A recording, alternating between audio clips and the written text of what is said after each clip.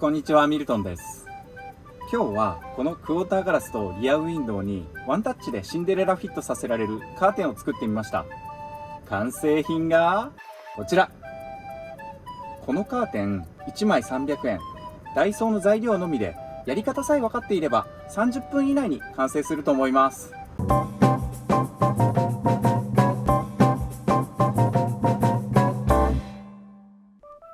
こちらは先日作ったクォーターガラス部分のカーテン。作った当初は結構いい感じに作れたつもりでいましたが、外から見るとクリップが見えてだんだん気になってきました。バックドアも同様、この磁石で固定する方式、便利でとても良いのですが、クリップがどうしても気になってしまいます。今回はなるべく見栄えを良くしてカーテン自体ももっと使い勝手の良いものに仕上げたいので、新しいアイデアを試してみることにしました。まずは全てのクリップを取り外してゴムパッキンだけにしていきます。今回使うのは先日網戸作りにも使ったダイソーのサンシェード。このシェードの網の部分は使わず、中の針金だけ取り出します。中の針金はアルミの金具で止まっているだけなので、まずは手探りでその連結部分を見つけ、その部分を素手で折り切ります。連結部を切り終えたら針金を引き抜き網と分解します。エブリーの窓枠のゴムパッキンは映像のようにサンシェードの針金がちょうど挟まる構造になっているので、長さ調節さえすれば簡単にシンデレラフィットをするものが作れます。引き抜いた針金を窓枠のゴムパッキンに当てて長さを調整。この時点で窓に合わせて針金を曲げ、ゴムパッキンに針金がぴったりフィットするようにします。今回はこの針金部分の連結に2つの方法を試しました。まず1つ目は前回網戸作り時にも利用したアルミパイプでの固定。これはアルミパイプの太さが直径約 4.3 ミリ、パイプの空洞部分が約 2.6 ミリで、ダイソーシェードの針金がちょうど2本分ぴったり入る構造になっています。このパイプを3から4センチの長さにダイソーのパイプカッターを使ってカットしていきます。このパイプカッター、ネジを回してカッターの刃をパイプに食い込ませて、パイプを回していくだけできれいにパイプを切ることができます。このカットはとても簡単で 1,2 分もあれば切り終わると思います。これらの連結法はつなぎたい針金を2本パイプの中で重なり合うように入れて、ペンチで潰すだけで強力に固定できるようになります。一旦ペンチで固定した針金はかなり強力に固定できるので、人力で取れることはまずありませんが、もし針金を取り付けるのを失敗して外したい場合は、潰した方向の向きを90度傾けて縦方向にペンチで潰せば簡単に外れてやり直しをすることができます。パイプで連結具を作るのは一手間かかり多少面倒ですが、留める長さをミスっても気軽に修正できるので、私はこの点が気に入っています。次に視聴者さんに教えていただいた方法もご紹介させてください。この方法はめっちゃいいです。使う材料はダイソーのギボシ端子セット。これは先ほどのパイプと違い、あらかじめちょうど良い長さにカットされているので、そのままギボシ端子に直接針金をセットしてペンチで潰すだけで連結できます。アルミパイプと違い、カットする手間が一切ないのですごく時短になります。しかもギボシ端子のオス、メス両方使えるので無駄がないです。実は今回この方法で全てのカーテンを作ろうと思ったのですが、1点だけデメリットを見つけてしまいました。それはオス、メスともに若干固定力が弱いこと。私のペンチで固定する技術が不足しているせいもあると思いますが、ある程度力を入れて引っ張ると固定した部分がスルッと取れてしまいます。力の入れ具合は主観なので、人によってはこの方法がベストだと考える方もたくさんいらっしゃると思いますが、今回はカーテンを何度も折りたたんでサイドポケットにしまったり、割とハードめに使用したかったので、安全策をとってアルミパイプの固定の方法を使うことにしました。実際に固定してみたのがこちら。まだ針金だけですが、窓枠にぴったりフィットしていて期待が膨らみます。実は今回の DIY、 作業日が連日気温33度を超えて暑くて仕方なかったので、Amazon で車中泊にも使える扇風機をゲットしました。この扇風機、Type-C の USB 充電で45時間も使用可能。クリップ式で自由な場所に設置できる上に床置きとしても使えます。風力は4段階式で、扇風機に LED ライトもついています。これまで車中泊では家庭用の山善の扇風機をポータブルバッテリーで動かして使っていましたので、大きさから考えてももっと早くこのタイプの扇風機をゲットしておけばよかったとちょっと後悔しました。念のため最大風量で音量測定してみました。約52デシベル、普通の扇風機の音量ぐらいでした。家庭用の山善の扇風機も54デシベルぐらいでしたので、それほど差はありませんでした。この扇風機、首振り機能はついていませんが、360度自由自在に動く上に、車内で万が一充電が切れてしまっても、モバイルバッテリーやシガーソケットから給電をすることもできます。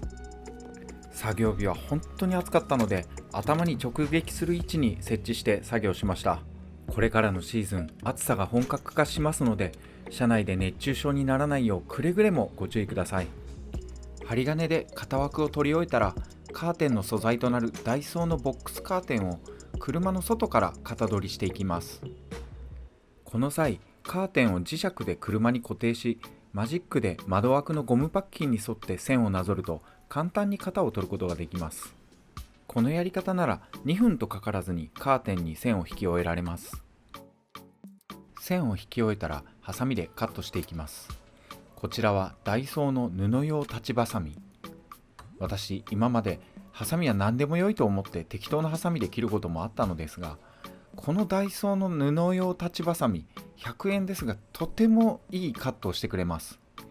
理由は分かりませんが、普通の万能ばさみと比べて切れ味が雲泥の差なので、もしまだお試しされてない方はこれを機に使ってみても面白いと思います。切り終わったカーテンはダイソーの裾上げテープで貼り付けていくのですが、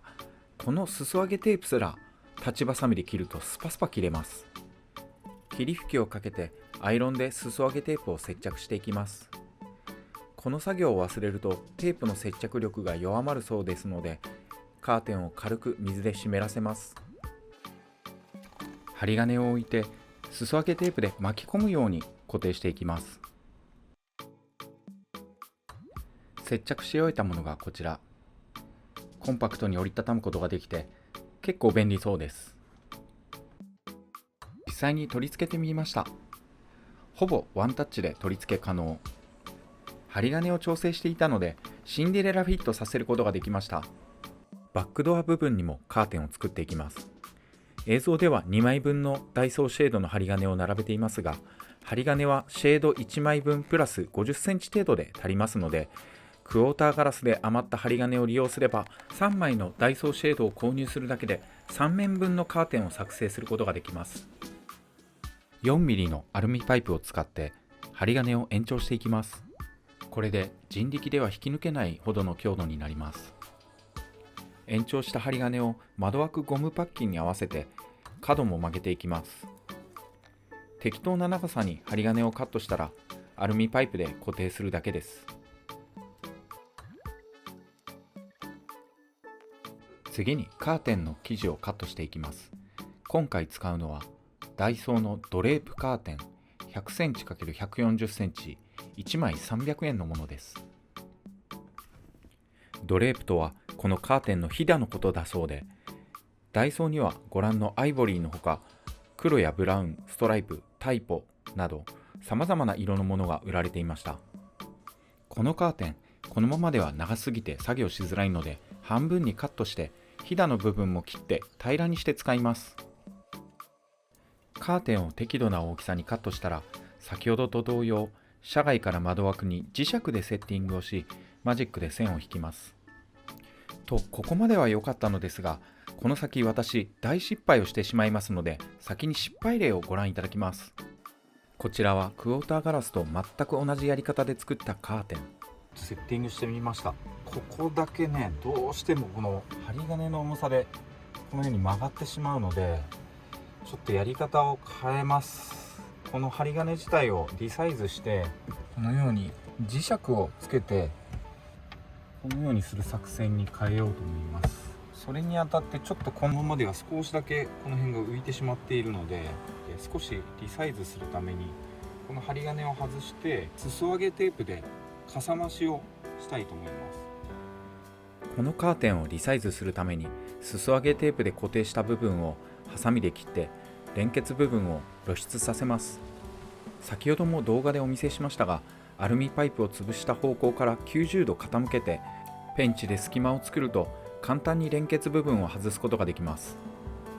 連結部が外れたら、あとは針金をカーテンから引き抜くだけです。バックドアの鉄の部分に針金が来るように長さを調整して連結させます。念のため磁石を並べて針金をくっつけてみたら調整完了です。針金をダイソーの裾上げテープでかさ増ししてカーテンに貼り付けていきます。使用する裾上げテープの量は2本弱で完成させられると思います。